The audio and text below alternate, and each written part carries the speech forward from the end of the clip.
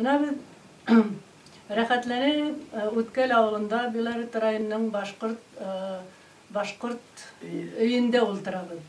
Был ошо Үткәл авылы агый-нәйләренең көсө менән элекке аптека булган йорты, мына башкорт йорты һәм шул ук вакытта башкорт йорты эсендә музей итеп борынгы мына инвентарьлар ия башлагандар, бик матур борынгы әйберләр һалынган бит инде. Бу йортка агый-нәйләр йыелалар, вакыты менән кәңәшләшәләр, пландар корышалар, сәй исеп, гәпләшеп, мына нисек итеп алдагы ише мына яшьләрне ялеп итәргә дип, нисек итеп активләштерергә дип, мына шулай пландар коралар бит инде.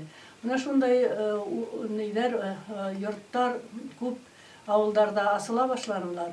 Бұл шундай матур күренеш, һәм ошо күренеште мына нисектер әүдемрәк итеп авыл халкын ялеп итеп, олорактарды, яшьтәрне, бигрәк тә мына мәктәп балаларын, бұл йорттың икенче бүлмәһендә библиотека, авыл библиотекаһы бигрәк тә бұл уңайлы. Мына библиотекага дип килгәндә бер юлы ошо йорткала кереп, музей инвентарьларын карап, шуннан һуң анда инде аларның ветерандардың ниләре лә бар, фотолары ла бар, бит инде стендлар куелган.